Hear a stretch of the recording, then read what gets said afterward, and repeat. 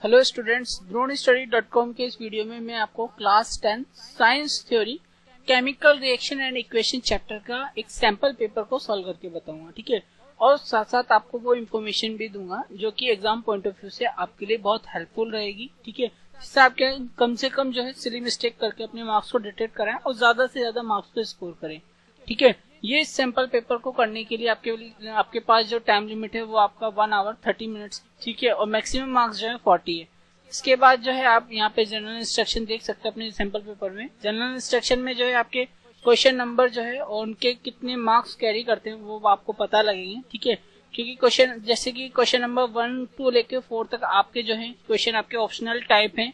इसमें आपको कोई भी एक आपका जो सही और अप्रोप्रिएट ऑप्शन है उसको सेलेक्ट करके अपने आंसर शीट में लिखना होता है। ठीक है, उसके बाद आपके क्वेश्चन नंबर 5 टू लेके 7 तक आपके 2 मार्क्स के क्वेश्चन है। ठीक है, 5 टू लेके 7 तक 2 मार्क्स के क्वेश्चन है और फिर क्वेश्चन नंबर 8 टू लेके आपके 12 तक आपके 3 मार्क्स के क्वेश्चन है और 13 टू 15 जो है आपके क्वेश्चन 5 मार्क्स के। ठीक है, तो ये अपना एक सैंपल पेपर है, आप लोग देख सकते हैं इस सैंपल पेपर में। ठीक है, इस सैंपल पेपर को करने के लिए आपको एग्जाम में एक आंसर शीट जो है वो दी हुई होती है। इसमें आपको अपने आंसर जो अपने आंसर शीट में लिखने होते हैं। ये आपके आंसर शीट है। ठीक है, इस आंसर शीट में जो ये लाइन है ये आपकी मार्जिन लाइन है। इसके लेफ्ट हैंड साइड पे आपको आंसर नंबर लिखने होते हैं। ये आंसर नंबर बिल्कुल सही लिखे स्टूडेंट, ध्यान रखें आप लोग इस बात का कि आपके आंसर नंबर जो है बिल्कुल सही लिखे हों, क्योंकि आंसर नंबर से ही आपके जो आंसर है उसकी मार्किंग जो देने में एग्जामिनर को हेल्प मिलती है। ठीक है, और इस लाइन जो मार्जिन लाइन है इसके राइट हैंड साइड पे आपका आंसर रीजन होता है। ठीक है, जिसमें आपको आंसर लिखने होते हैं। ठीक है, आप यहाँ पे ये भी देख सकते हैं कि मैंने जो है आपके क्वेश्चन जो आप सैंपल पेपर था उसमें से क्वेश्चन को क्रॉप कर करके उनके आंसर के साथ लिख रखा है। ठीक है, इससे क्या होगा कि आप क्वेश्चन के साथ आंसर भी देखेंगे तो आपको जो है थोड़ा और अच्छे से समझ में आएगा। ओके, तो आप अपन जो है 1 बाय 1 क्वेश्चन को सेलेक्ट करेंगे और उनके आंसर देखेंगे। ठीक है, तो अपना जो क्वेश्चन नंबर 1 है अपन उसको देख लेते हैं एक बार।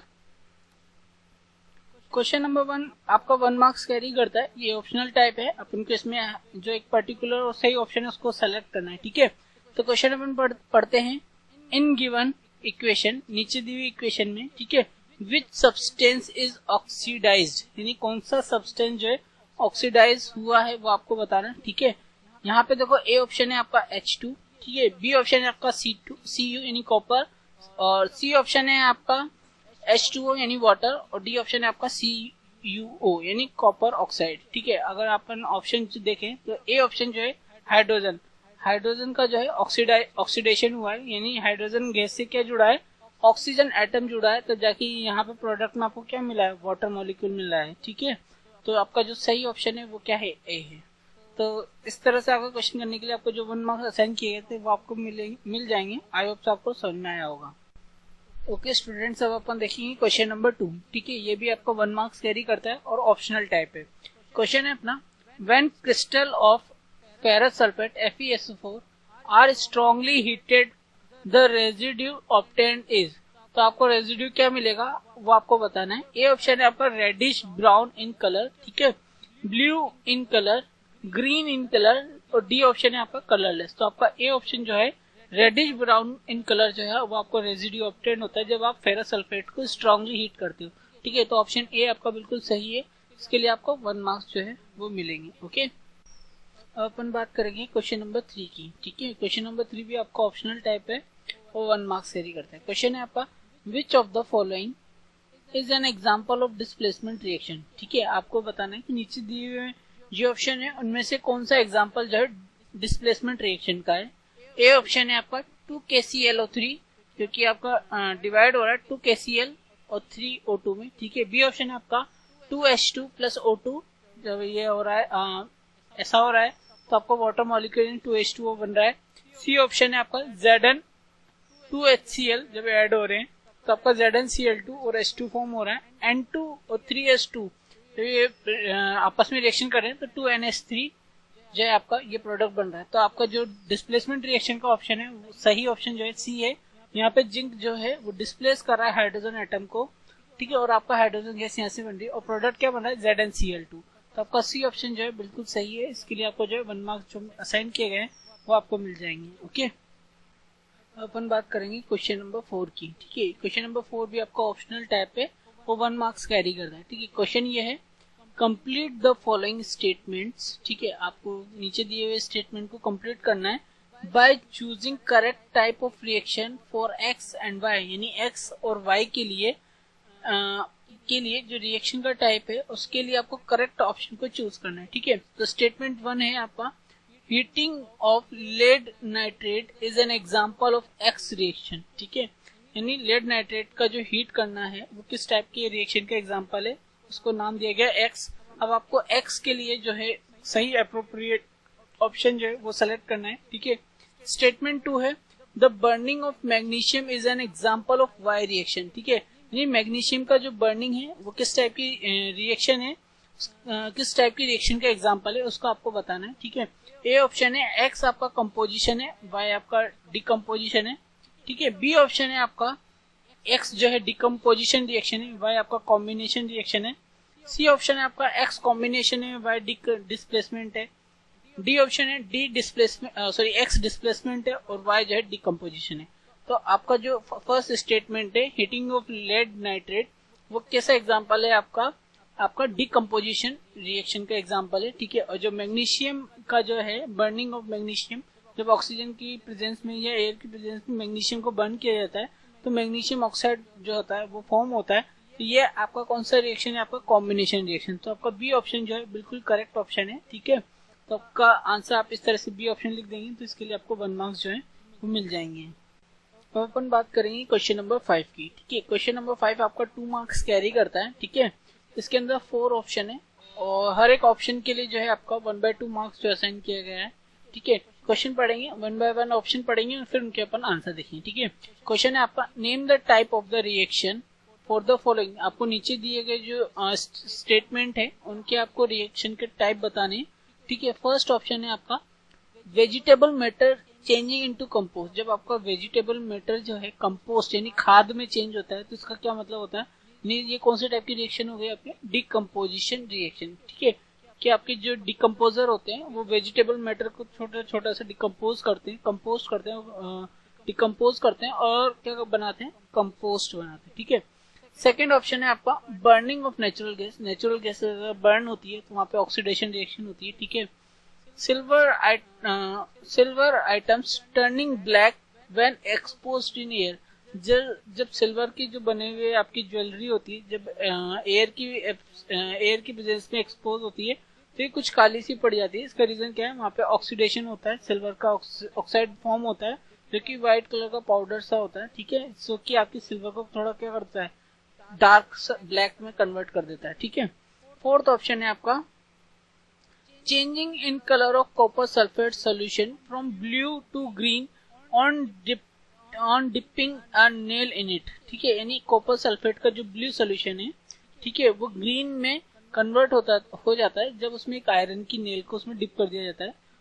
वो क्या रिएक्शन होती है आपकी, डिस्प्लेसमेंट रिएक्शन होती है। ठीक है, डिस्प्लेसमेंट रिएक्शन होती है। ऐसा क्यों होता है, क्योंकि कॉपर सल्फेट से जो जैसे जब आयरन की नेल डाली जाती है तो आयरन क्या होता है, कॉपर सल्फेट में जो ब्लू सोल्यूशन होता है उसमें कॉपर को क्या कर देता है, डिस्प्लेस कर देता है और वहां पे क्या फॉर्म होता है आपका Fe फेरस सल्फेट यानी FeSO4 फॉर्म होता है, जिसकी वजह से आपका जो सॉल्यूशन का कलर होता है वो ब्लू से ग्रीन में कन्वर्ट हो जाता है। ठीक है, तो ये किस टाइप की रिएक्शन होगी, आपकी डिस्प्लेसमेंट टाइप की रिएक्शन होगी। ठीक है, तो इस तरह से आपको इसको क्वेश्चन नंबर 5 के लिए आपको जो 2 मार्क्स असाइन किए गए थे वो आपको कम्प्लीटली मिल जाएंगे। तो अपन बात करते हैं क्वेश्चन नंबर 6 की। ठीक है, क्वेश्चन नंबर 6 जो है आपका 2 मार्क्स कैरी करता है। इसमें भी 2 ऑप्शन है, अपन 1 बाय 1 ऑप्शन को पढ़ेंगे, उनके आंसर करेंगे। ठीक है, तो क्वेश्चन है आपका अ सॉल्यूशन पोटेशियम क्लोराइड, यानी एक पोटेशियम क्लोराइड का क्या सॉल्यूशन है when mix with silver nitrate solution, और जब इसको मिक्स किया जाता है सिल्वर नाइट्रेट के सॉल्यूशन से insoluble white substance is formed. तो वहां पे क्या होगा, एक इनसॉल्युबल व्हाइट सब्सटेंस जो होता है वहां पे बनता है। ठीक है, ए ऑप्शन है आपका translate the above statement into chemical equation.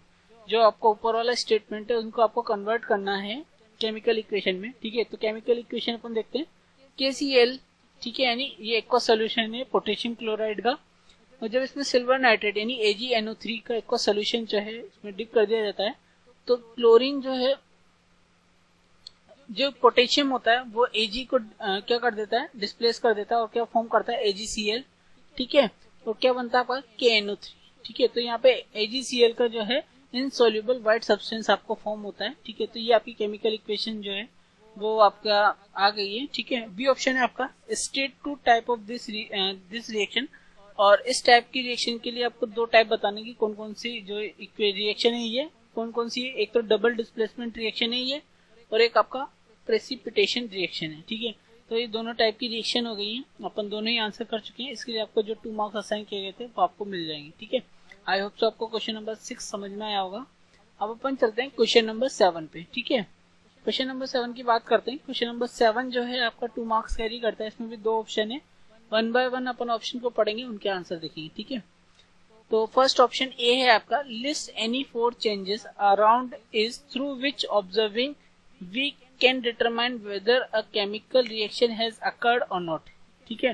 Question है, समझ में आया? क्वेश्चन है आपका कि आपके आसपास कोई 4 ऐसे चेंजेस बताइए या उनका लिस्ट कीजिए जिसको ऑब्जर्व करके अपन ये पता लगा सके कि केमिकल रिएक्शन जो है हो चुकी है या नहीं है, ठीक है। तो 4 changes around is through which observing we can determine whether chemical reaction has occurred or not. First है रेस्पिरेशन ऑफ एनिमल, जो एनिमल सांस लेते हैं, ठीक है, रेस्पिरेशन करते हैं, उसमें भी केमिकल रिएक्शन ही होती है, ठीक है। डाइजेशन ऑफ फूड, फूड से भी अपन पता लगा सकते हैं कि अपनी जो केमिकल रिएक्शन यहाँ पे भी होती है। बर्निंग ऑफ कोल में भी केमिकल रिएक्शन होती है। रस्टिंग ऑफ फूड, यानी आयरन के ऊपर जंग लग जाना, ये भी क्या है, केमिकल रिएक्शन से ही, यानी अगर ये चीजें हमारे आसपास होती है, चारों चीजें, से अपन ये डिटरमाइन कर सकते हैं कि केमिकल रिएक्शन जो है हो चुकी है, ठीक है। बी ऑप्शन है, लिस्ट 4 ऑब्जर्वेशन, ठीक है। आपको कोई भी 4 ऑब्जर्वेशन की लिस्टिंग करनी है, that help us to determine whether chemical reaction taken place, ठीक है, जिससे अपन को पता लगे कि केमिकल रिएक्शन जो है की होती है, ठीक है। 4 ऑब्जर्वेशन क्या क्या है?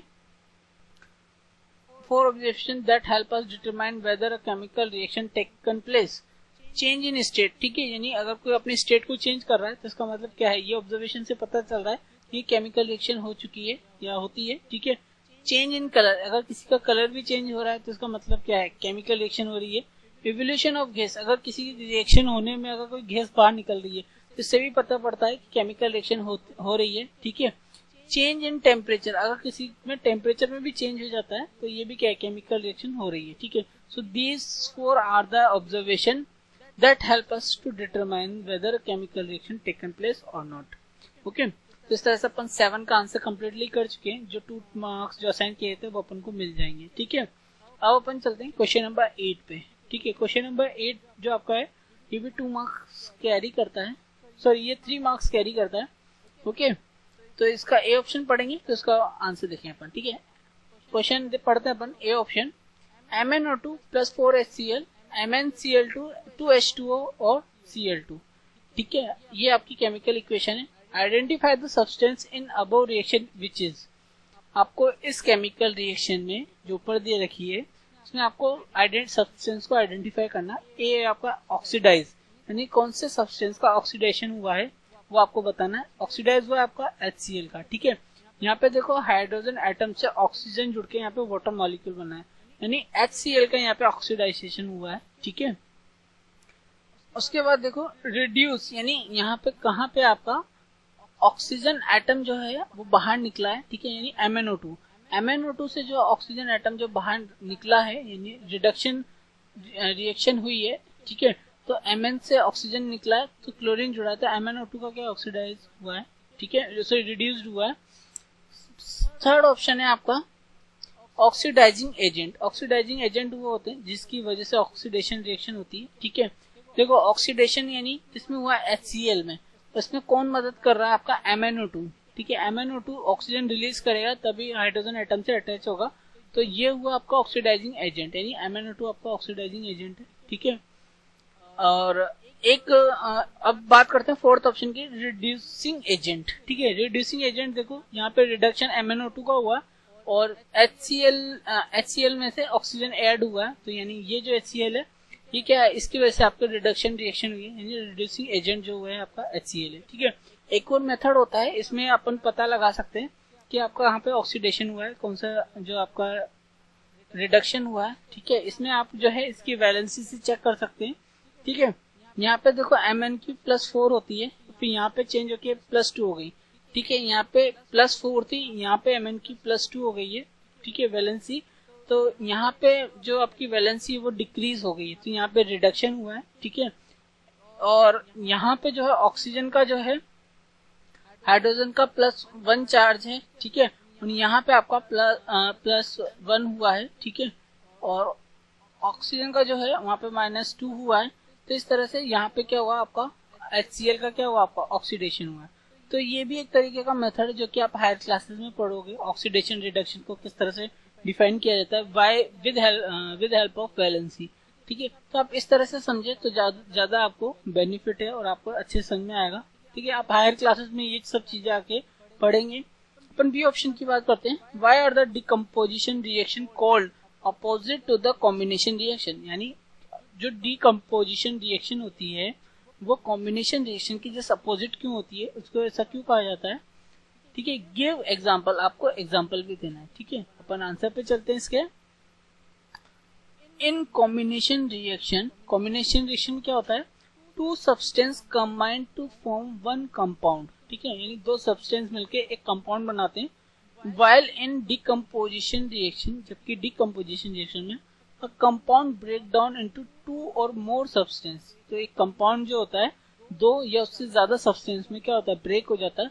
So these two reaction are opposite to each other, इसलिए ये दोनों रिएक्शन जो है क्या है, एक दूसरे से अपोजिट है।